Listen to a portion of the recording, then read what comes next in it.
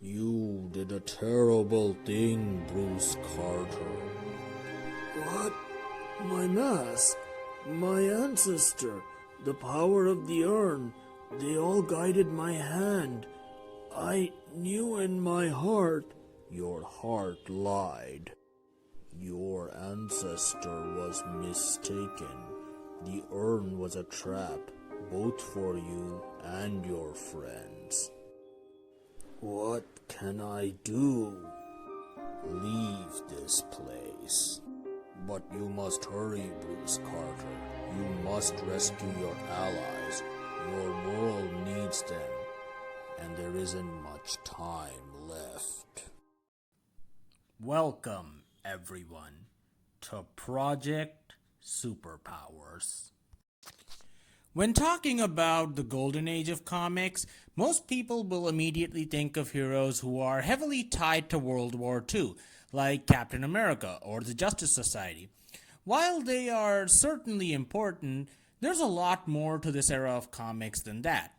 This was the era in which the superhero was born, and it was essentially the Wild West, with several publishing companies trying to create their own bankable superhero, with varying ranges of success.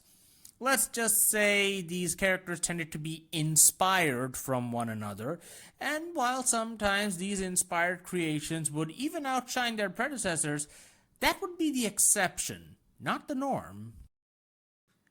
As the superhero gold rush began to wind down with the end of the World War, most of these companies folded, with the characters created by them getting bought by other companies or ending up in the public domain.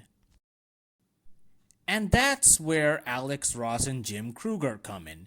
The two had collaborated before, most notably on the maxi series Justice for DC and the Earth X trilogy for Marvel, and were approached by the CEO of Dynamite Entertainment, Nick Barucci, to create a series based off of several heroes that were now in the public domain. Ross would do the covers, Krueger would plot the story, and the interior art was handled by Doug Klauba, Stefan Sadowski, and Carlos Paul.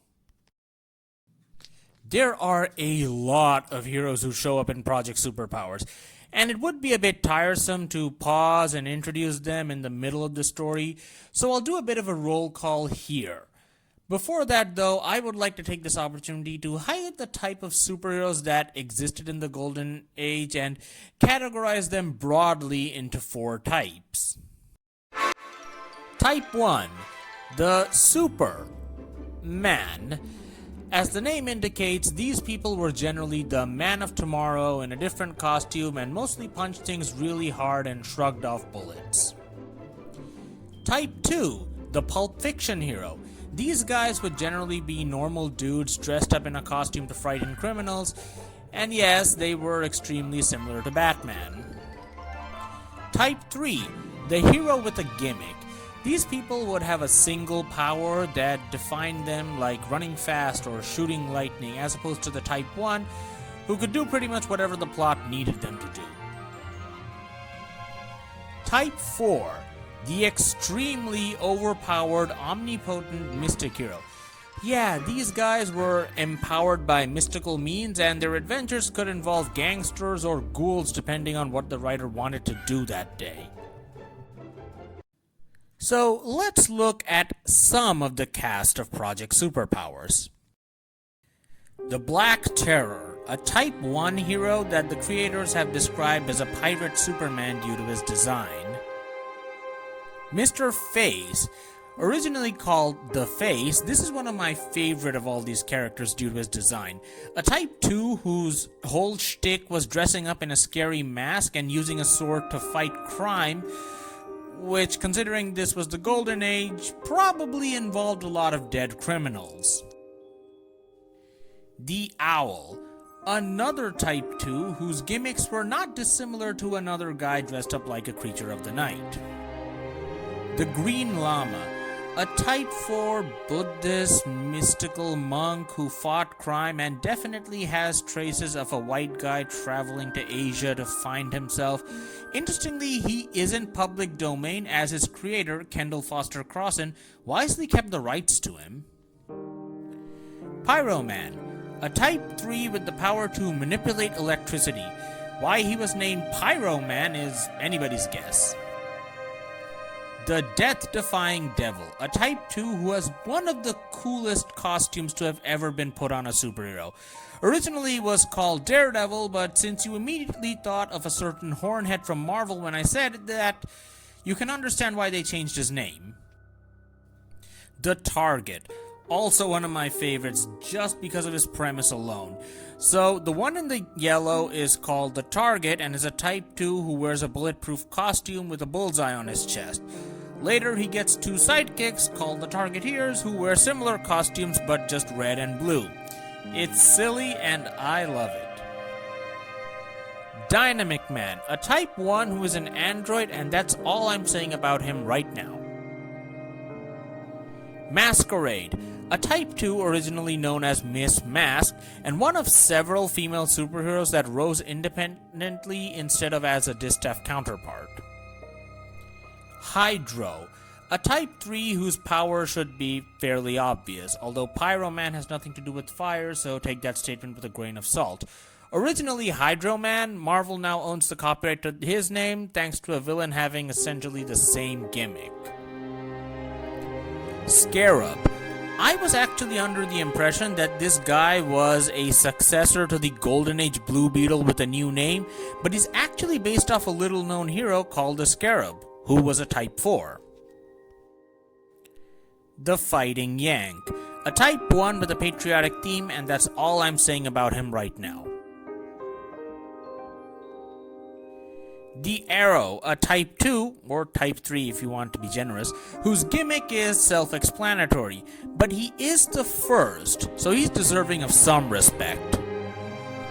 Samson, hard to place but mostly a Type 1 with a dash of Type 4, a descendant of the original biblical figure. The Flame. He's actually not a Type 3 but a Type 4, as he gained the ability to manipulate flames with the help of Asian mysticism. There are others, but these are some of the more interesting ones who play a key role in the story, and everybody else can be explained when I'm talking about the plot. So let's begin. Bruce Carter is an old man with a lot of regrets, and the sins of his past have come for him in the form of the American Spirit. The Spirit isn't really an original Golden Age character, but is meant to be a homage to all the patriotic heroes created during that time.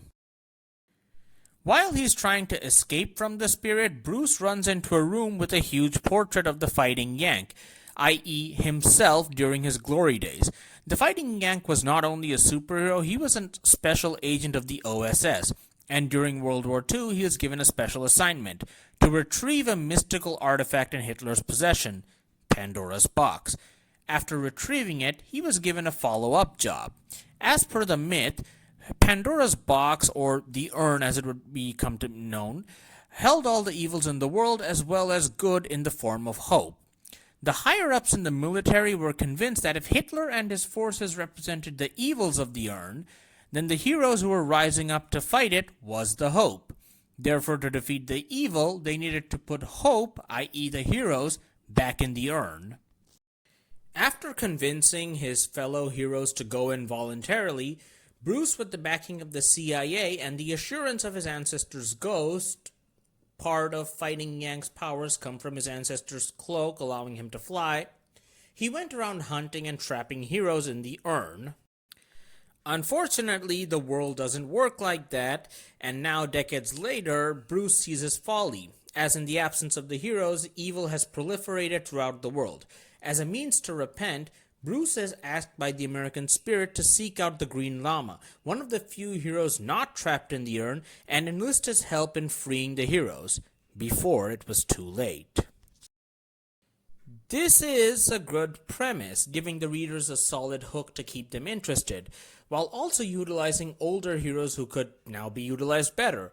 Unfortunately, the plot begins to move at a breakneck pace while also not having enough story to make up for it.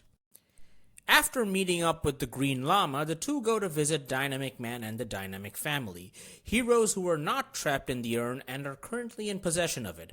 However, if the fact that they're in an ivory tower, dressed in similar clothing, didn't tip you off, they're not exactly on the side of the heroes, as Dynamic Man drops the urn, shattering it, and tosses the duo down an elevator shaft.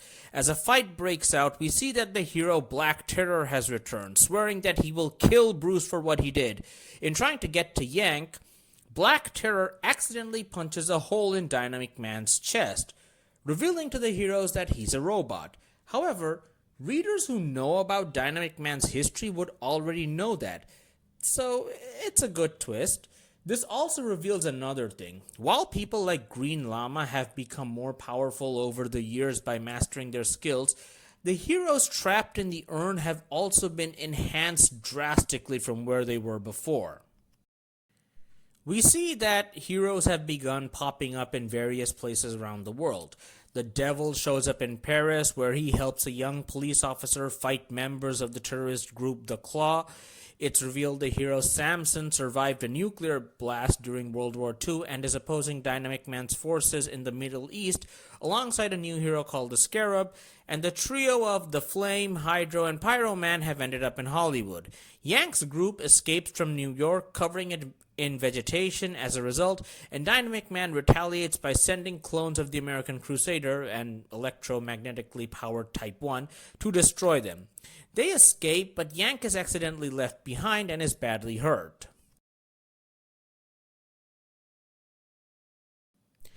Meanwhile, Dynamic Boy fights the three heroes in Hollywood and seemingly dies. The world doesn't know he's a robot.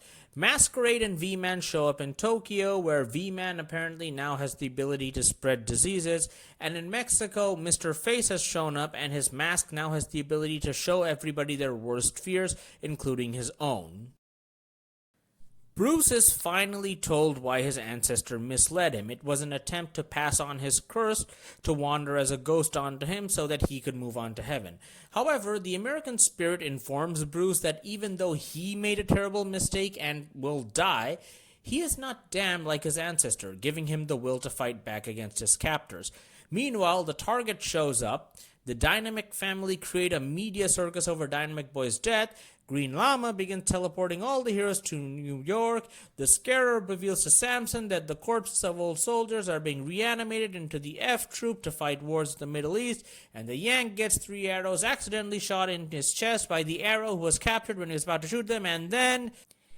Yeah, you may have picked up on the problem with this series. While it isn't uncommon for a big 2 superhero comic to be written like this, those generally take place in an established world with pre-existing characters. This comic has to introduce the characters, showcase what powers they have and what changes have been made, and also show how the world works.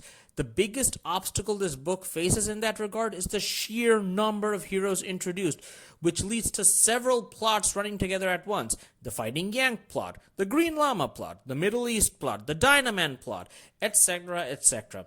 And each hero brings another subplot before being absorbed into one of the main ones. The Flame is searching for his wife, Masquerade adjusting to her new powers, the Devil and the Claw plot, V-Man infecting everyone. It's all very scattered, and I'll just get to the final part of the story just to keep this video short. Dynamic Man's bosses, the Supremacy, who are a bunch of Golden Age villains who manage to rise to positions of power, want the heroes dealt with and decide to get them all in a place where the Green Llama can't teleport them away. The heroes end up in the Middle East, where the ground has been treated with certain chemicals that depower Llama, and they begin to get overwhelmed by the F troops. But Yank takes on his ancestor's curse, becomes a semi-solid ghost, helps Llama teleport everyone away except for V-Man, who overwhelms the F troop with his powers and puts them to rest. The heroes decide to fight against the corrupt world, even if they get labeled as terrorists for doing it. The Scarab is revealed to be a member of the Supremacy, and we see the Owl joining the heroes, now having the ability to fly. So, that's Project Superpowers. It was a decent success for Dynamite Entertainment, with sequels and stories based off these characters coming out even today. The immediate follow-up to this, Chapter 2, would introduce even more Golden Age heroes to the point where you couldn't tell them apart or who was on whose side at times. It's honestly a bit of a mess. However, the sequel to that, Project Superpowers Volume 2, yes, Chapter 2 and Volume 2 are different comics, drastically cuts down on the number of heroes involved, ironically as they fight an alien invasion. I might check that one out someday. In the end, this series had a very interesting premise, but couldn't quite stick the landing. But nobody was hurt, and the passengers got to live another day. I think that analogy almost works, so I'm taking it.